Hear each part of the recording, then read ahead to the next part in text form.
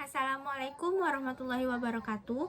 Perkenalkan, nama saya Putri Betsy dengan NIM 210304249 dari kelas 2 Reg A MGT 5. Di sini saya akan menjelaskan materi-materi tentang pengantar manajemen untuk memenuhi tugas UTS saya dari tugas Pak Hinggo. Materi yang pertama yaitu tentang konsep dasar manajemen. Manajemen adalah sebuah proses yang dilakukan untuk mewujudkan tujuan suatu organisasi melalui beberapa rangkaian berupa perencanaan, pengorganisasian, pengarahan, dan pengendalian orang-orang serta sumber daya yang lainnya. Perbedaan antara organisasi dengan manajemen. Hal yang berbeda dari organisasi dan manajemen yaitu organisasi adalah sebagai alat atau wadah dari sekelompok orang untuk mencapai tujuan tertentu. Sedangkan manajemen lebih mengarah kepada pengaturan atau pengelolaan untuk mencapai tujuan tersebut. Adapun persamaan organisasi dengan manajemen yaitu sama-sama memiliki saran atau tujuan yang ingin dicapai dari sekelompok orang. Fungsi-fungsi manajemen. Fungsi manajemen itu ada 4. Yang pertama ada perencanaan, yang kedua pengorganisasian, yang ketiga pengimplementasian, yang keempat ada pengendalian atau pengawasan. Yang pertama itu perencanaan. Perencanaan yaitu proses yang menyangkut upaya yang dilakukan untuk mengantisipasi kecenderungan di masa yang akan datang untuk menentukan strategi dari tujuan suatu organisasi tersebut. Kedua ada pengorganisasian. Pengorganisasian itu yaitu proses yang menyangkut bagaimana strategi yang harus dirumuskan atau yang harus direncanakan dari suatu organisasi tersebut. Tujuannya yaitu memastikan bahwa semua pihak dalam bekerja secara efektif dan efisien. Yang ketiga ada pengimplementasian, yaitu proses mengimplementasikan program agar bisa dijalankan oleh semua pihak dan untuk memotivasi pihak lain agar bisa bertanggung jawab atas tugasnya masing-masing. Selanjutnya ada pengawasan atau pengendalian, yaitu proses yang dilakukan untuk memastikan seluruh rangkaian yang telah ditentukan oleh suatu organisasi tersebut berjalan dengan baik. Fungsi operasional dari manajemen itu juga ada 4. Yang pertama ada manajemen sumber daya manusia, yang kedua ada manajemen pemasaran, yang ketiga ada manajemen keuangan, dan yang keempat ada manajemen produksi atau operasional. Sejarah ilmu manajemen. Peninggalan fisik merupakan bukti adanya implementasi dari ilmu manajemen. Misalnya, piramida di Mesir, bangunan Ka'bah di Mekah, tembok Cina, dan lain sebagainya.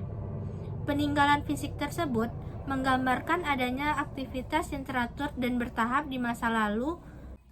3 kelompok pemikiran terdahulu dalam ilmu manajemen. Yang pertama ada perspektif manajemen klasik, yang kedua ada perspektif manajemen perilaku, yang ketiga ada perspektif manajemen kuantitatif.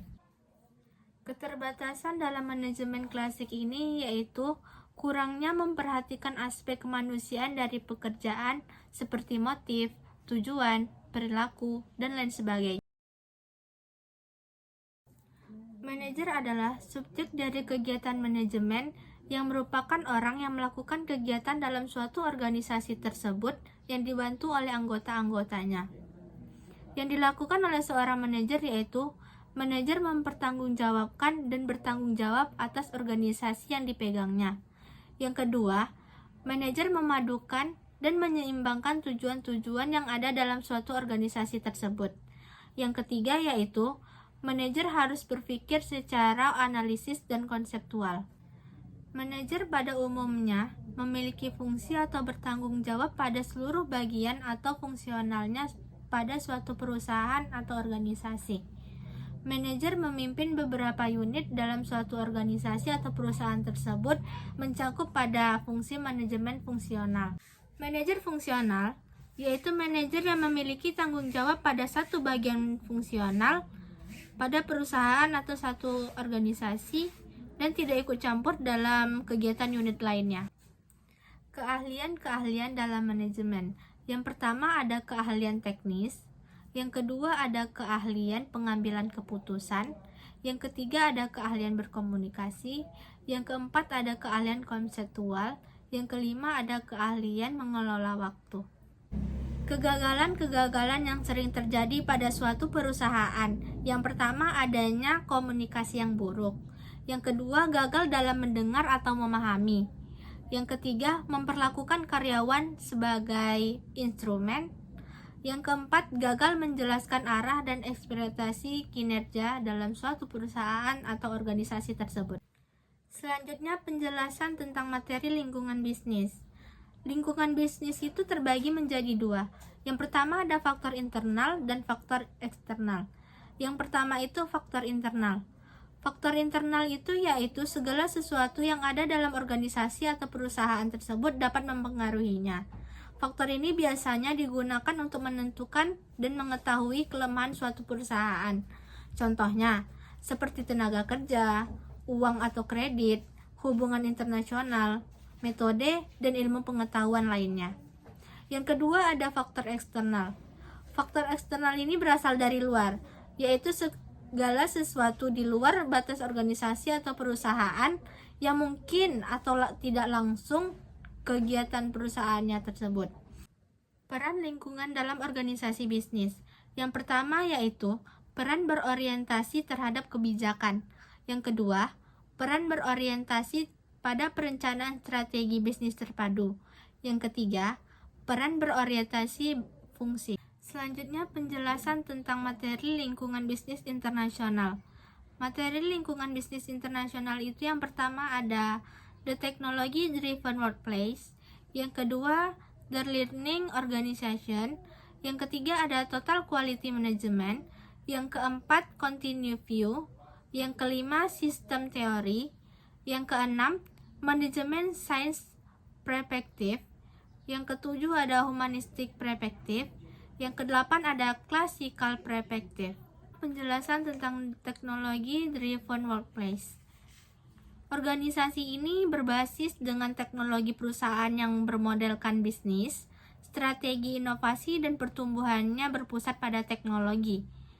Konsep yang menentukan munculnya yang sering menjadi pada organisasi-organisasi ini yaitu organisasi ini berbasis pada teknologi inovatif.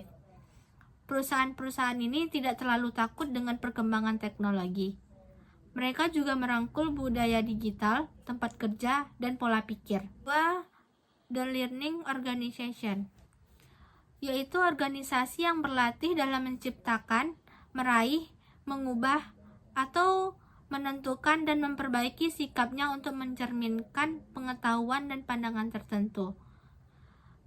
Learning ini dapat ditempatkan di mana secara terus-menerus mengembangkan kapasitas untuk menciptakan hasil yang benar-benar mereka inginkan. Ada contingent view atau pandangan kontingensi, yaitu menyatakan bahwa apa yang berhasil di suatu lingkungan mungkin tidak akan berhasil di lingkungan lainnya.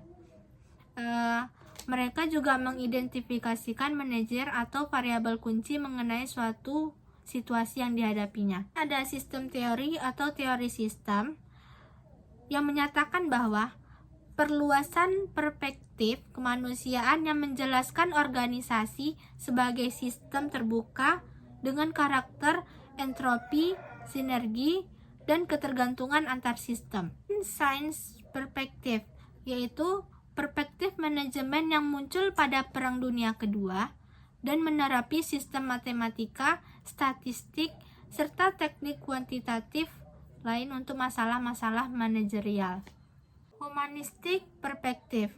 Humanistic perspektif ini meliputi gerakan hubungan manusia, perspektif sumber daya manusia, pendekatan ilmu perilaku. Ada classic perspektif. Classic perspektif ini sering muncul sepanjang abad ke-19. Sistem pabrik yang mulai muncul pada tahun 1800-an menimbulkan tantangan pada suatu organisasi yang belum pernah dihadapi oleh organisasi terlebih dahulu. Baiklah, itu tadi penjelasan singkat dari saya tentang materi pengantar manajemen. Apabila ada kesalahan, saya mohon maaf. Akhir kata, wassalamualaikum warahmatullahi wabarakatuh.